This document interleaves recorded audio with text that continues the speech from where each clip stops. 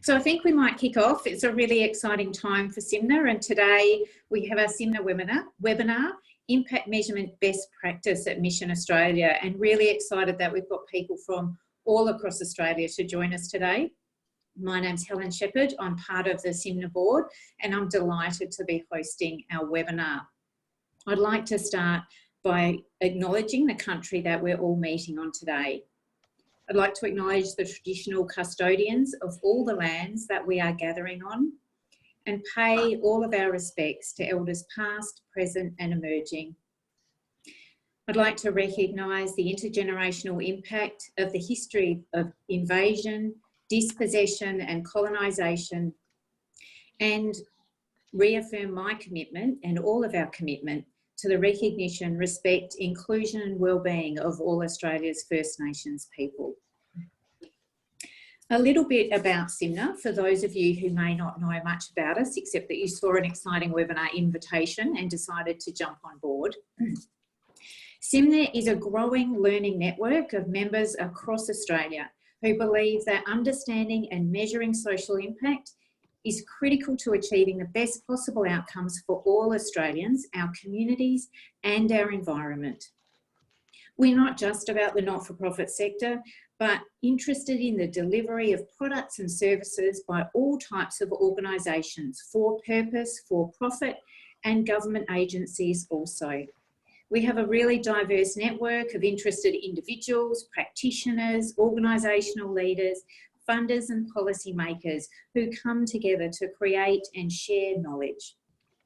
We aim to broaden and deepen social impact measurement capacity and capability across Australia while being a strong voice in the global dialogue on accounting for social value. Everybody is welcome. Whether you're experienced or whether you're new to impact measurement, we're on this journey together. You can become a SIMNA member by going to our website and finding out more and clicking on that Join Us button. And now I'd like to hand over to Lisa, who is SIMNA's lead doer and connector, with some more information about today's webinar. Hi everybody, thank you so much Helen and welcome. Some housekeeping before you start. You'll have noticed everyone is on mute. Please stay muted during this hour that we have together. Also, this session is being recorded so that we can share the webinar after the event. This may well be one you want to come back to. And as always, we have allowed plenty of time for questions. So please, as they come to mind, drop your questions into the chat so that we can work through and put those questions to Victoria today. We are a number of people online. We'll do our best to get to all of them. If we don't get to your question today, I'm sorry, there'll hopefully be another opportunity soon. You'll see from this slide, I'm delighted to welcome Matt Bevan to the SIMNA team today. I'm sure many of you know Matt already. Matt is the Outcomes Measurement Lead at Uniting, a founding director of SIMNA Limited, and the longest serving member, longest suffering Matt, of the SIMNA Sydney Committee. So Matt is in charge of those questions today, so make him work hard. He's waiting for that, he's looking forward to that. Thanks for that, Lisa. Today's webinar is, though, about celebrating what I would call the art of social impact measurement. Mission Australia is a household name. In 2018, they took home the gold at the SIMNA Awards, and for good reason too. SIMNA runs the awards every year. This is our 7th year running the SIMNA Awards, and it's a fabulous opportunity for us to showcase the great work that's being done out there and to shine a light on the leaders and the learners in this field. And helpfully, this year's awards launched today. So more about that later.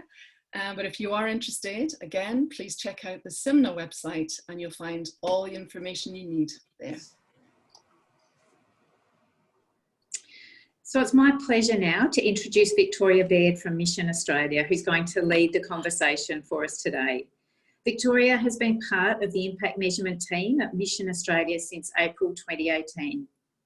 Before pursuing the career she has now in impact measurement, she gained a joint honours Bachelor of Laws in Spanish and Master of Science in International Development in the UK, and worked in service delivery and evaluation with a range of community development organisations in Latin America and also in the Kimberley region of Western Australia.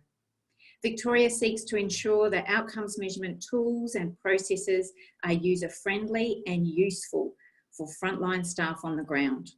She is passionate about equipping teams to use data to understand and more effectively respond to the unique needs of the individuals and communities they work with. It's my great pleasure to introduce Victoria and put you into her capable hands. Thanks a lot, Helen. Hopefully my screen is sharing. Someone can nod at me, then that would be good. Excellent. So yeah, I'm really excited to be with you today and just kind of share, I guess, our experience at Mission Australia of how we've implemented impact measurement. Obviously, what I talk about today is what works for us. It may or may not work for you, but definitely happy to kind of share some of the learnings that we've had. So I don't know if any of you are familiar with Simon Sinek's TED Talk about how great leaders inspire action. I think it's got about 70 million views on YouTube or a TED website, so you might have seen it. But Simon really talks about the fact that anybody can tell you what they do. A lot of people can tell you how they do it, but if you really want to inspire people to action, you really need to connect with the why. Why should they actually care about this? What's the purpose behind it? And that's something that I think has really informed our approach to impact measurement at Mission Australia. It's something that, you know, everybody here obviously is passionate about. You've decided to dial in to a webinar, but I think we always need to keep in mind when we're talking to other people in our organizations that they might not really connect with the why. And so it's so important that that's the first thing that we discuss with them and really get them on board with, because that's going to help us really embed impact measurement across the organization.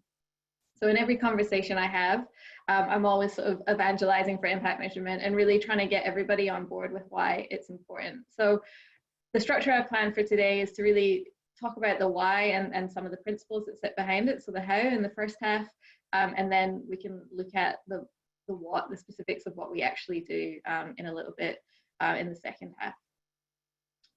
So thinking about the why, I think the number one thing that everybody needs to keep in mind is that we are in this industry because we want to help people. And so the fundamental why of impact measurement for us at Mission Australia is that we really want to know that people actually feel better through coming into contact with our services, because that's why we do what we do.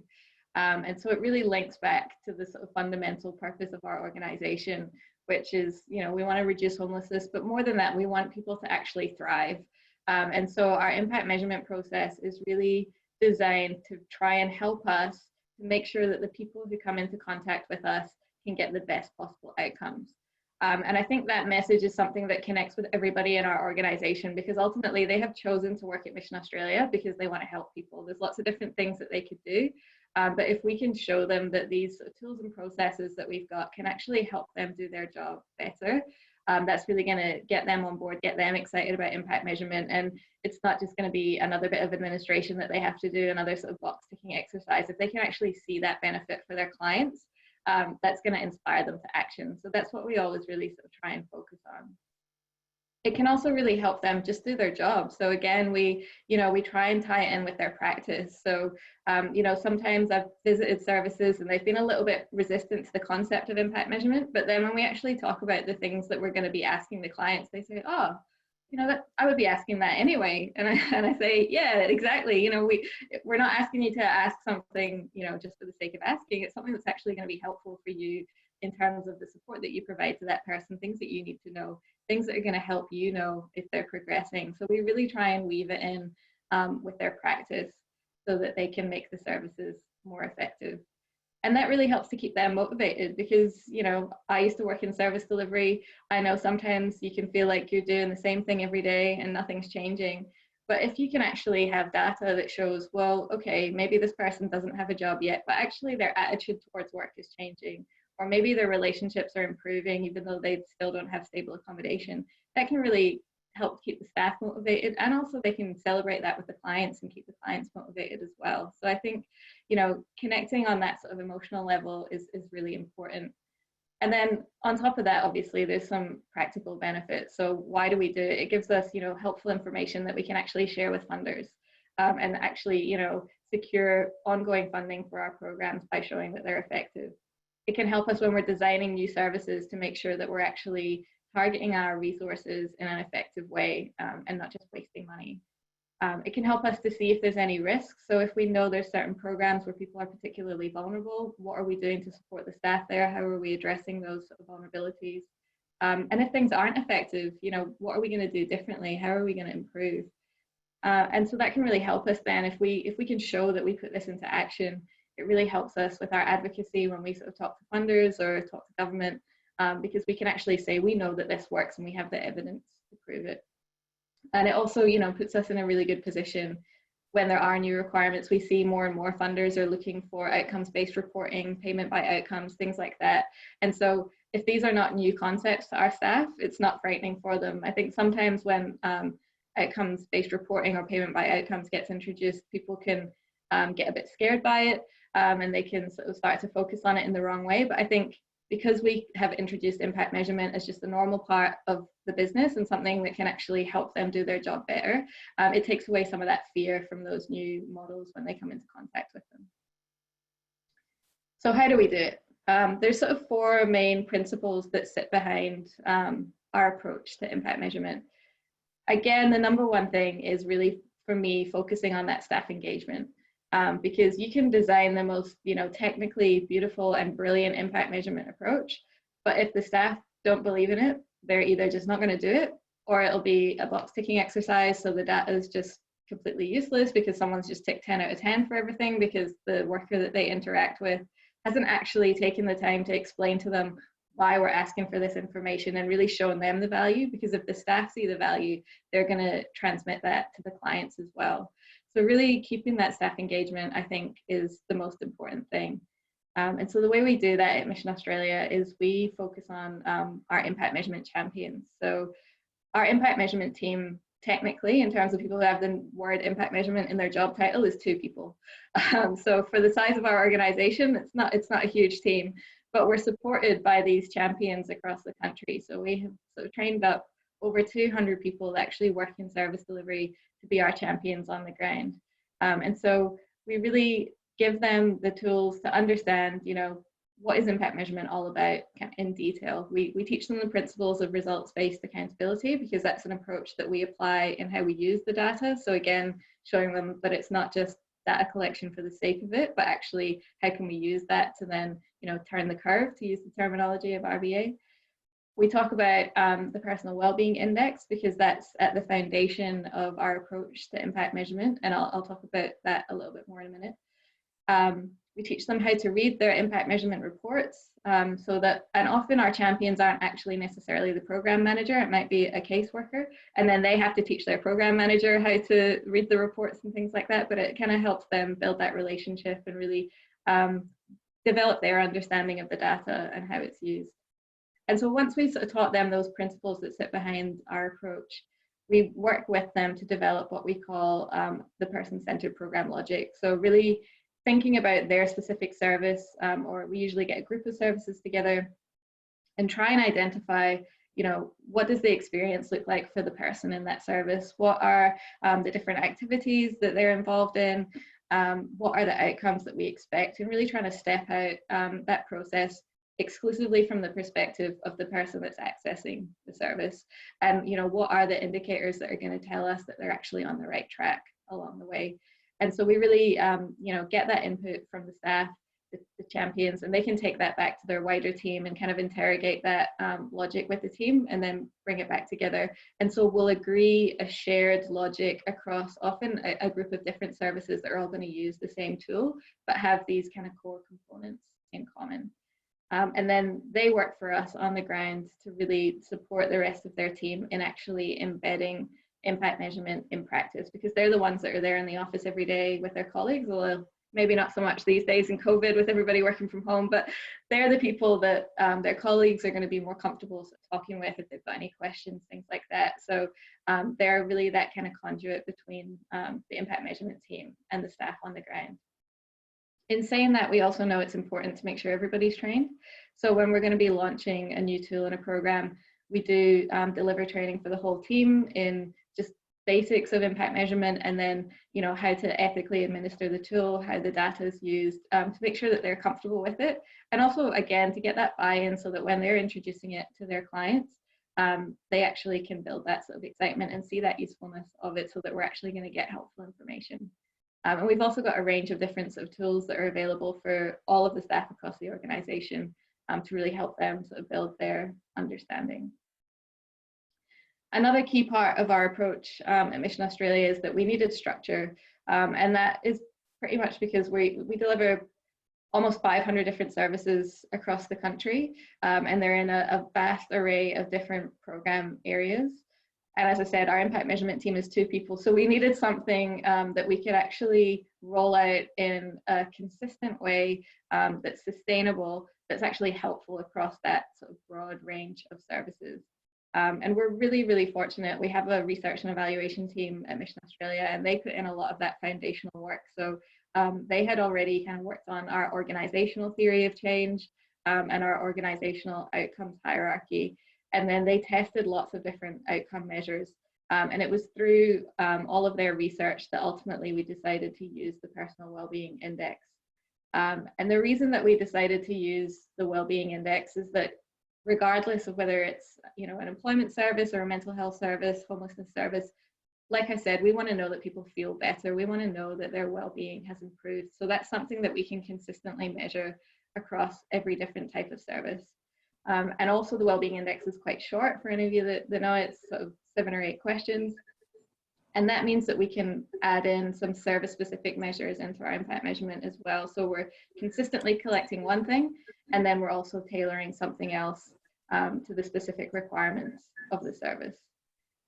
That was sort of piloted and tested. They were happy with that, and it has then been rolled out. So we went from a process that took maybe 6 months to get a group of services on board to now, when we've got a brand new group of services, it might take us 6 to 8 weeks from starting that design process to implementing it.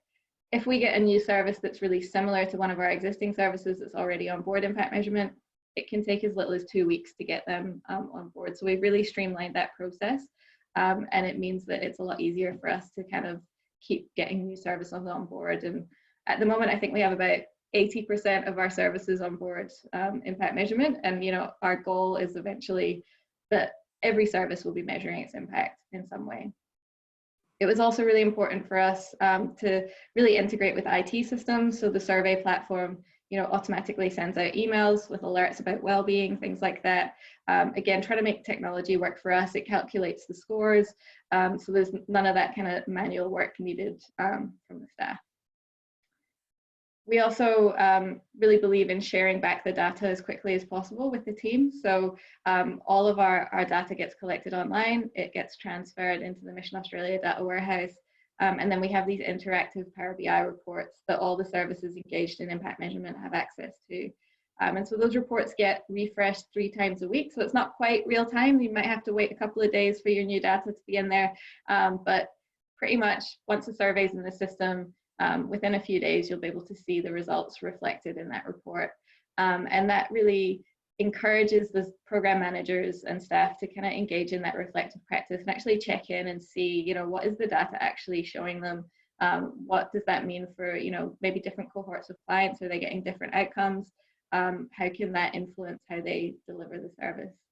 And then obviously we have things like today where we really want to share the value of impact measurement with all the other organizations, because we know that our clients don't live in a bubble where they only interact with Mission Australia. You know, there's lots of us working in this sector, and we need to work together, and we need to all be measuring our impact to know that we're really making a difference. So it's really important for us to kind of demonstrate the value in practice across not just the organization, but in the sector more broadly. And then the Victoria, oh, I was just going to say we're getting lots of questions coming in. So if you can give us perhaps a couple more minutes, then we'll break to answer some. Yeah, I'm just on my final principle, so it's good timing. Yeah, so the kind of last principle that really sits behind our approach is really providing that evidence for social change. So, you know, again, it's not just a data collection exercise for the sake of it. We really want to use the information to show if things are changing, and really develop our understanding of what actually works to drive that change. But we also want to make it, a client-centered approach. We don't want to have to ask thousands of different questions, lots of different tools to try and meet everybody's different reporting requirements and things like that. So we always try and kind of overlay whatever the reporting requirements are with our own internal requirements, and then do all the transformations and calculations that are needed in our data warehouse, so that the client actually only has to engage in one process. They don't do the impact measurement survey and then a DSS survey and all these different things. There's one tool, and then we can use that information in different ways. So it can get uploaded directly to funders, it can go into our internal reports, and then we can use that for our decision making and for our advocacy. So I'll stop it there, and we can go to the questions.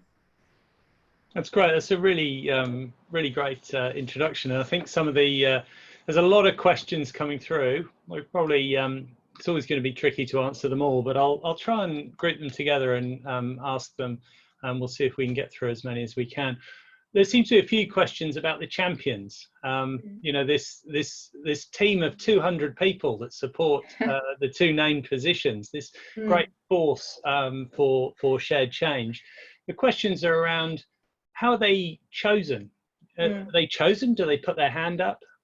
What kind of drives them to put their hand up? And what are the training requirements? How frequently does this happen? What does that look like? Yeah, so it's a nomination process. So it usually comes through the program manager. So when we're going out to a group of services, we'll send the area manager, the program manager, an email saying, hey, you've been selected for impact measurement, nominate a champion. Often, if the program manager has no experience with impact measurement, they'll sort of nominate themselves because they want to understand what's going on.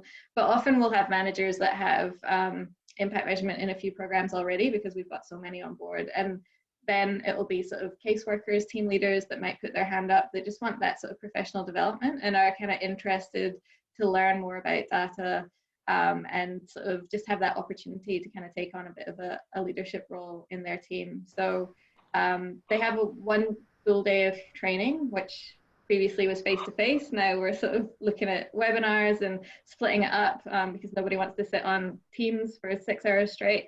And then we have meetings as we sort of refine the tool or refine the program logic. So it's sort of one full day, some pre-reading, some pre-training before that. And then usually about 4 different 1-hour webinars where we just kind of talk things through, or like video meetings.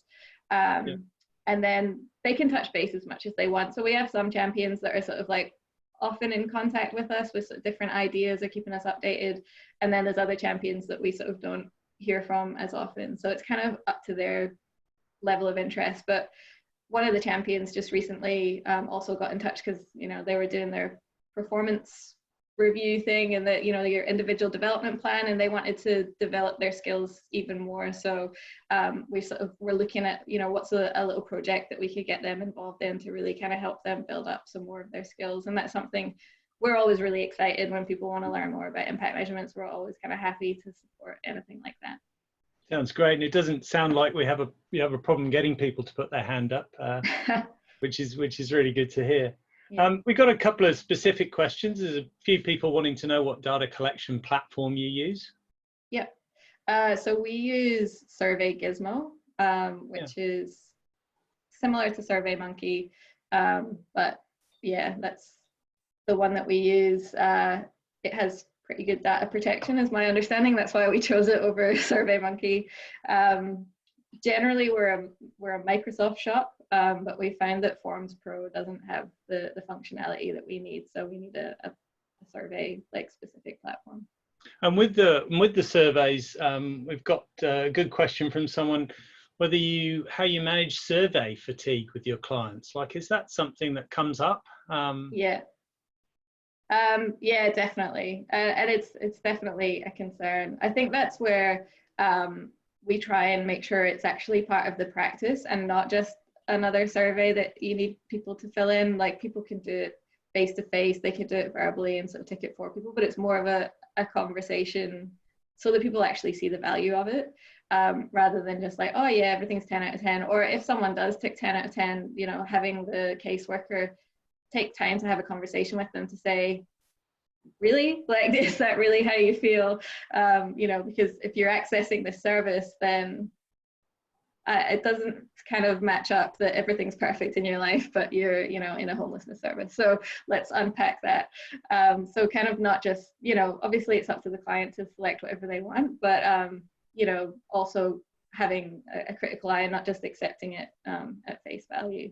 But certainly in our, we do it in Mission Australia Housing as well, which I'll talk about a little bit later on in the what. But that's something we have a concern with the survey fatigue there, because I think in a case management type service, it's a lot easier because you've got that relationship with the client. When it's just, you know, someone that lives in a Mission Australia property and they're getting lots of different communication, we need to think about kind of the timing of that and make sure that we're not overloading people. Yeah, it's good.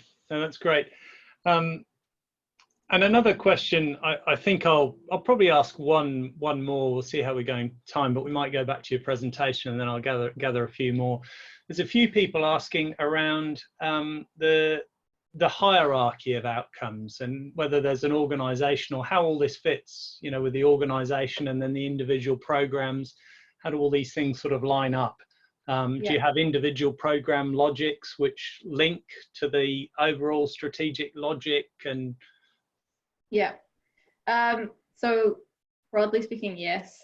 So we have our organizational outcomes hierarchy that has sort of different themes to it, I suppose, and then we kind of will look at it at an individual program level, but we'll create a mapping that has, this is the kind of program specific outcome, this is the organizational outcome that program specific outcome relates to, and then kind of look at it in that way, and like, this is the particular indicator that we're going to use.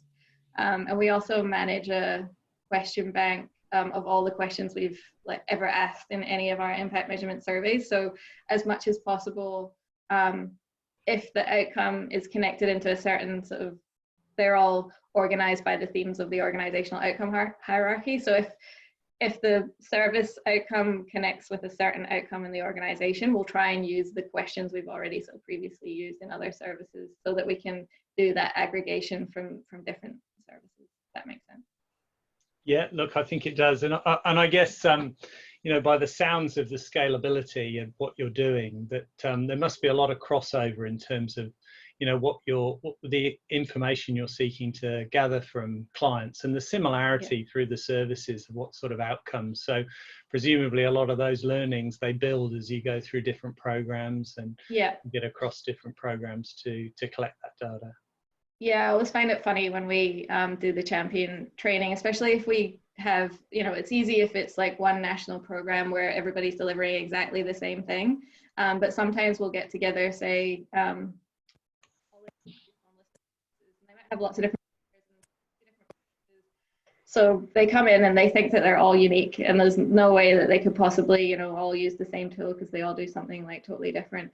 But then the more they talk to each other and the more they kind of unpack it, they start to see, well, actually the outcomes that we're trying to achieve are really similar. And so that's why we go through that process with them together, so that everybody's actually on board with the finished product and is sort of happy that it actually does represent their service while having that kind of consistency across different services. So yeah, it's always funny. It's good. Well, maybe we go from questions back to a bit more of how you do what you do, and then we can, perhaps people can think about their questions a bit more. I'll collate them in the and we'll have another session a bit later on for that. So if I hand back over to you, Victoria. Cool. Okay. So in terms of the actual sort of process of how we get a service on board, like I said, there's some pre-training preparation when we first contact the services. So we'll send them the email, we'll warn them that we're coming, and we'll give them that opportunity to nominate a champion from within the service. And then there's a checklist that they have to complete. So it might be the champion and the program manager that do that together. If they have a program logic already written down, then we ask them to sort of send that through to us as well. And we also make sure that they've actually completed their introduction to impact measurement e-learning, which is open to everyone, that they should have completed but sometimes haven't. So they have that opportunity to kind of get that done, so that they just kind of have a bit of an understanding of the concepts of, you know, what is an input, what is an output, those kind of things before we head into that one-day training. We'll go through the training with them, and then we develop that person-centered program logic. We map the measures to the outcomes. So that's the point at which we look at that person-centered program logic and align it to our organizational outcomes and the different measures that we're going to include. And then we develop the survey tool. And we'll do that usually in a Word document at first, so that people can see, well, how long does it actually look? And they can, you know, the champions can take that to the rest of their team. They can take it to the clients as well if they want to, you know, get their feedback and say, well, this survey is 100 questions long. No, I don't want to do that. Because often it'll start off that people are like, oh yeah, we want to know this and we want to know that and we want to know that. And then, you know, you see it on paper and it just feels a bit long. So we always sort of try and encourage them to just ask the essential questions so that we don't have that survey fatigue, try and keep it, you know, short and sharp. And then once we're really happy with the kind of length and the structure, it will be built online. And then we do the training with all of the staff. So like I said, we make sure everybody's kind of on board with why we're asking them to do this. Just the logistics of technically, how do you do it? How does it interact with the client record management system? You know, where do I actually find the survey? How do I upload it? What do I do if I, you know, someone has low well-being? All those kind of things. And then once everybody's kind of comfortable, it'll go live on the portal and we'll start to collect the data. And then, yeah, within sort of 3 days, they'll have data in their Power BI report from when they've submitted their first survey. So from the client's perspective, like I said, in case management, we really sort of try and align it with just case management practice. So someone will be asked to do a survey when they enter a service. It doesn't need to be on the very first appointment, because we do recognize, you know, there is a lot of paperwork for people to do. They can, yeah, get a bit tired of it. Also, we really want people to have built some rapport with the staff so that they're actually going to give an honest response. So we say, you know, you can do that entry survey within the first few weeks rather than the very first appointment, but really trying to get it done as early as possible, but trying to get an honest response. So we kind of leave it up to the staff judgment of, you know, at what exact moment they want to introduce the survey to try and get the best outcome.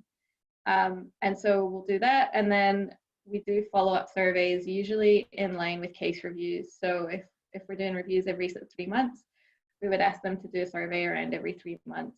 But again, really using that information then as part of that review process. So reflecting on, you know, what's changed in the past 3 months, looking at the results, and what does that mean for any sort of new case plans that are happening, so that it is just part of that process rather than, you know, another bit of admin, another thing to do.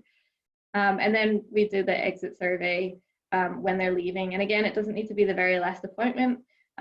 We know that sometimes people disengage a little bit early. So if it is a planned exit and they know that someone's going to be leaving, we say, you know, you can do it in those weeks leading up to that exit in case they do disengage. Because if you've sort of decided that they're ready to leave and that's why you're planning the exit, it's probably a good point to just check in and do that exit survey. And then in some of our services, they started doing some post-exit surveys as well. So they might check in with someone 6 months, a year after they've left, just to see, you know, what's going on in their life, how are they feeling at that point in time, just to see if they've sort of sustained those outcomes as well. So that's kind of how it works in case management. For some of our programs, like we have a mental health program where we've had the same clients for, I think, 10 years, some of them. So we don't necessarily do it every 3 months with them. We just do it every 6 months. Because again, we don't want to have that sort of survey fatigue, and we know they're going to be with us for a while, but it's really just kind of checking in and seeing what's changed. With Mission Australia Housing, the staff obviously don't have that same sort of level of relationship with the tenants that we would have in a case management program.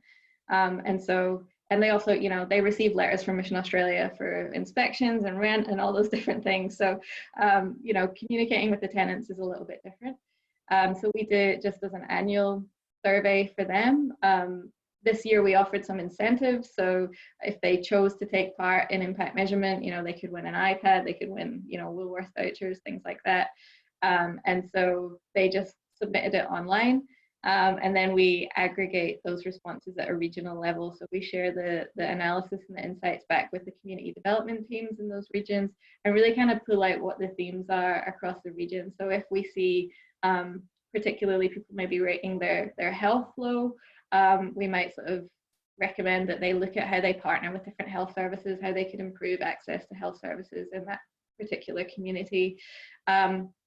We might look at, who are the tenants that have low well-being. So, in one region we could see that there was a trend that most of the tenants who had particularly low well-being were sort of older men that were living alone. So what could we, what kind of activities could we do that would engage those particular tenants and might sort of help them to build up some more connections in the community and feel better.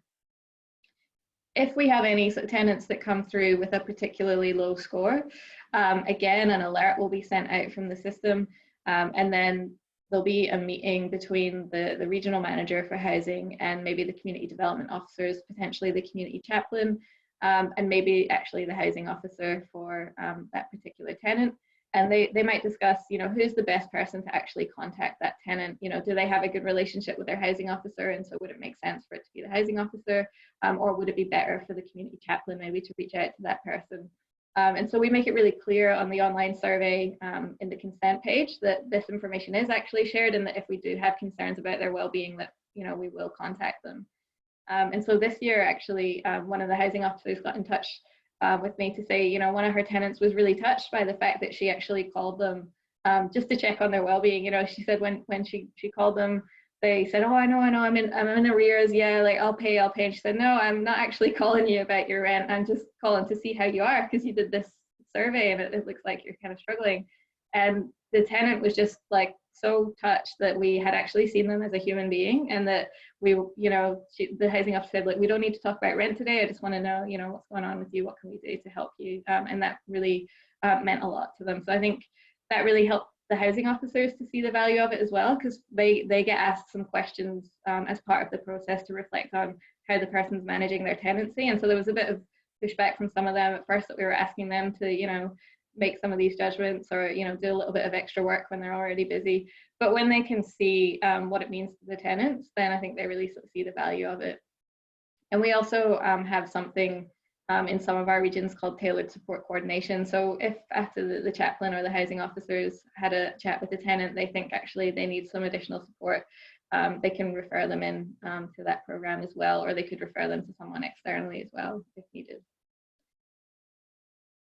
So another thing that we do is really try and encourage that sort of reflective practice. So we have part of it where it's really just up to the program managers and the teams on the ground.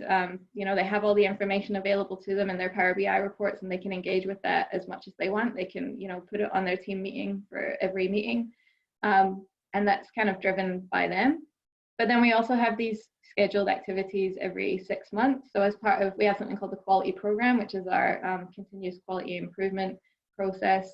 And so there's an activity there where they have to meet as a team once every 6 months, look at their data in the BI report, pick something that they're interested in. It might be a cohort of clients, it might be a particular domain of well-being. Look at what the data shows them. So if they're not seeing as much improvement as they'd like, brainstorm as a team, what is the context, what's the story behind this, what could we try and do differently that would drive improvement in this, pick an action and commit to putting it into action, and then check the data again in 6 months time and see if that's actually led to the improvement that they hope for. And so we had an example of that with a youth service in South Australia where they saw that connection to community wasn't improving as much as they would like. And so they decided to do some more sort of group activities with their clients to build up a sense of community amongst the young people in the program. And what we've seen is that in the 2 years since they made that change, the young people that exit have a much higher community connection score than the young people that had exited in the 2 years before they made that change. So we've actually seen in practice that through that activity, it did drive that improvement, and they did get better outcomes for their participants. So again, sort of sharing stories like that back with other teams really helps them see the value of it and helps them to really sort of put it into practice. But also similarly, if they look at their data and see really great outcomes, we want to know about that as well, so they can sort of write it up in a case study, and then we can share it with others of similar services. And so through that quality program activity, we're really trying to drive that continuous improvement in different ways. We also engage in strategic analysis and kind of look at the data at a broader level. So again, because we deliver lots of different types of homelessness services, and then we also have housing, we looked at how well-being changes through the different homelessness services at entry and exit and into social housing. And so what we saw there, wasn't a huge surprise. We saw that when you exit homelessness services, your well-being is significantly higher than when you're entering those services. So, having stable accommodation, having a home is really important to your overall well-being. But what we also saw was that it was still under the Australian average. So just having a home isn't enough to guarantee that you've actually got healthy, positive well-being. And that really helped our board see the importance of the tailored support coordination services that we have in our community housing, and showing that actually, yeah, it's really great. It's really important that we're giving these people a home, but they also have other needs as well. And if we want them to really thrive, which is what we say in our strategic plan is our goal, then we need to make sure that they have access to that additional support as well. So that really helps communicate the importance of that sort of extra part of the services that we offer through our housing. We also have a lot of data now about well-being. We've got, I think, over 17,000 surveys in the system. And so we can do lots of analysis about, what drives well-being for different types of people in different types of programs. So, we can look at what drives well-being in community, program family services, what drives well-being in services. The more that we can sort of see what drives well-being within services, so we can kind of compare, what are the domains we should focus on for Aboriginal and Torres Strait Islander participants versus non-Indigenous participants. What are the differences we see in metro areas versus, regional areas, and really kind of put that into practice to focus on the things that are going to have the biggest improvement overall. Victoria, I think Matt is being bombarded with questions. So if we can move through this in the next few minutes, that'd be fabulous. Yeah, no worries.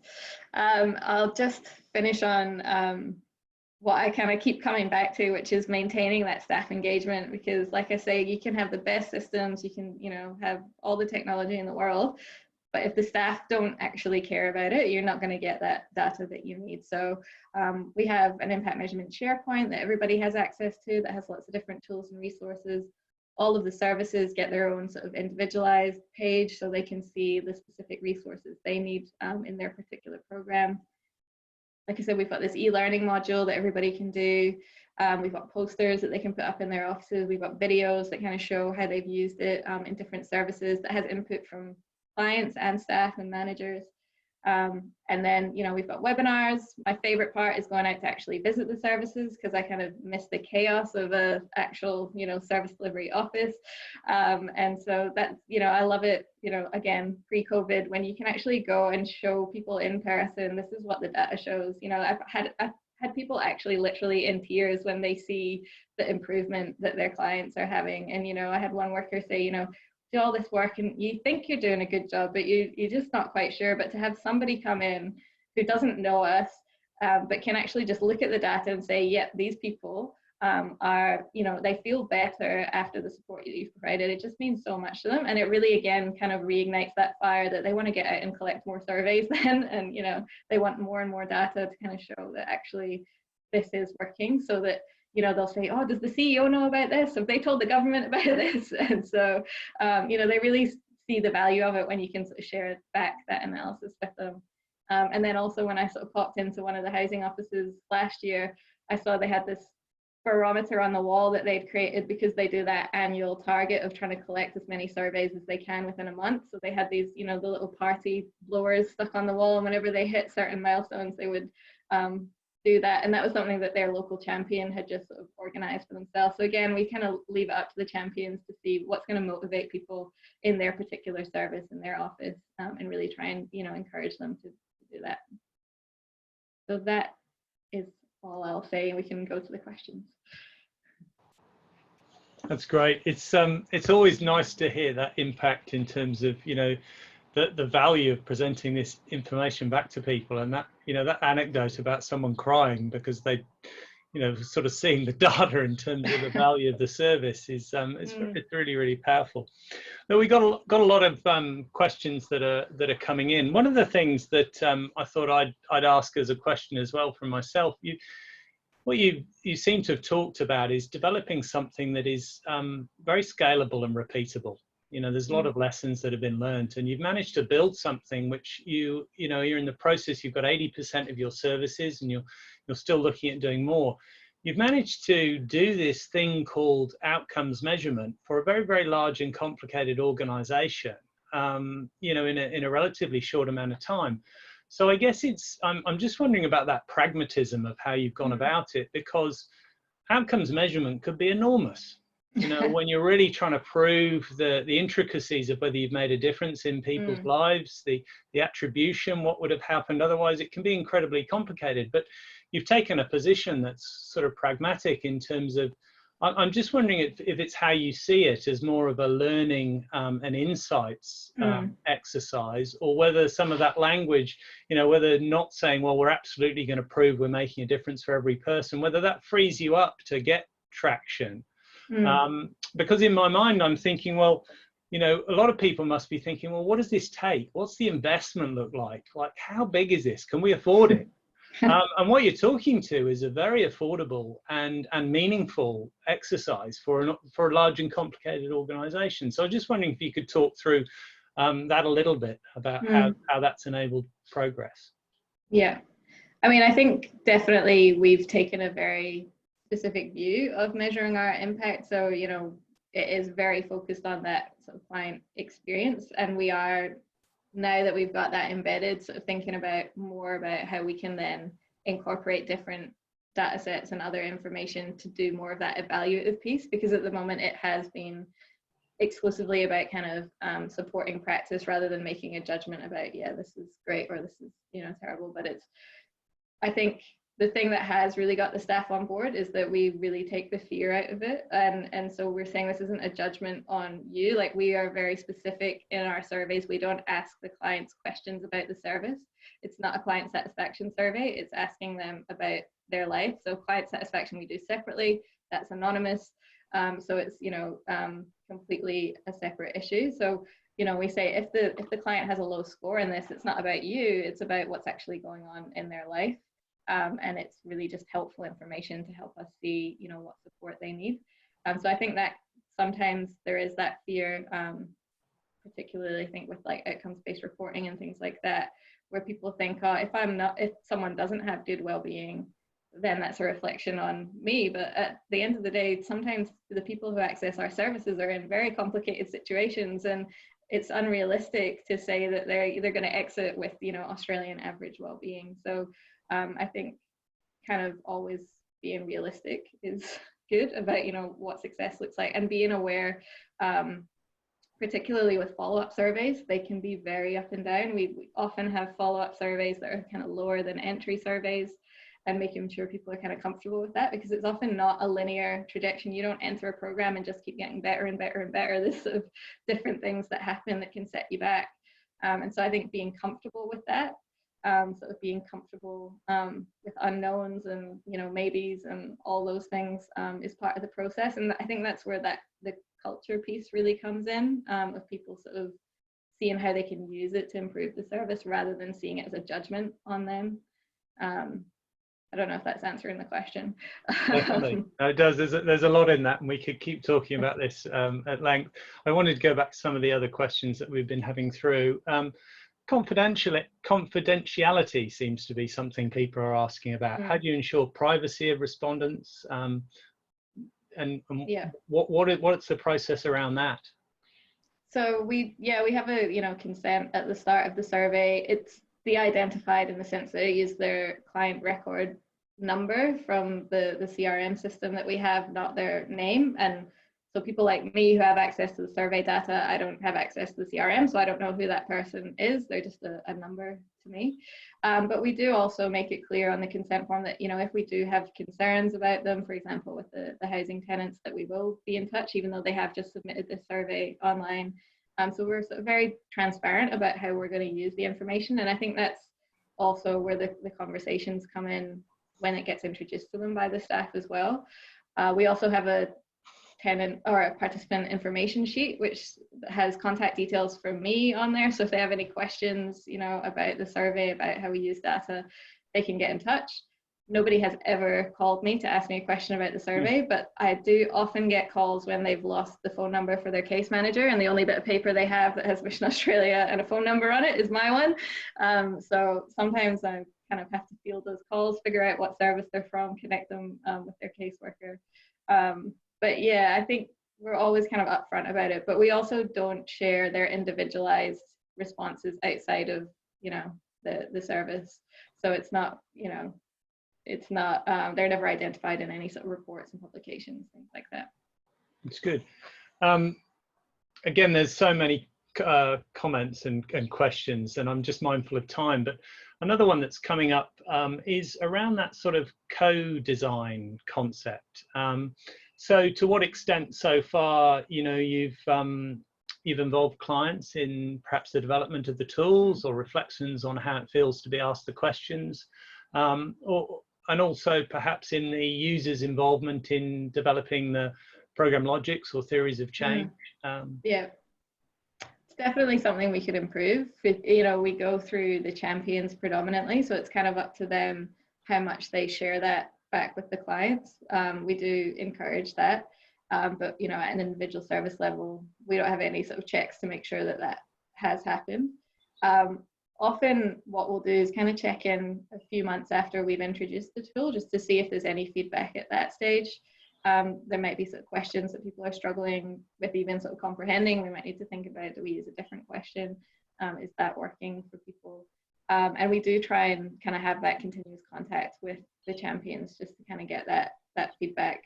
But yeah, client participation is something that Mission Australia is also really committed to. So it's something that we kind of want to try and develop more, I would say.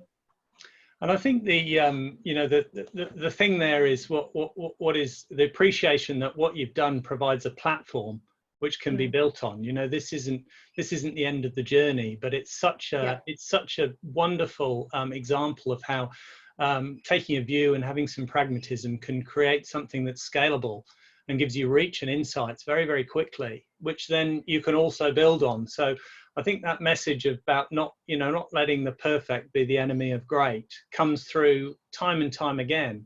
You know, you're always making progress with the set of resources and the team that's there. I'm very, I think in terms of the schedule, we're kind of at the end of the question time, even though I've got so many. Helen, shall I hand back to you? I reckon we can sneak one more in if you've got one more there, Matt. Well, one of the ones I thought was quite interesting was someone saying, have you got an example of how evidence has been used to inform strategic decision making? So has this actually moved beyond the stage of the services to actually something then the organisation said, well, hey, actually we're going to change this approach?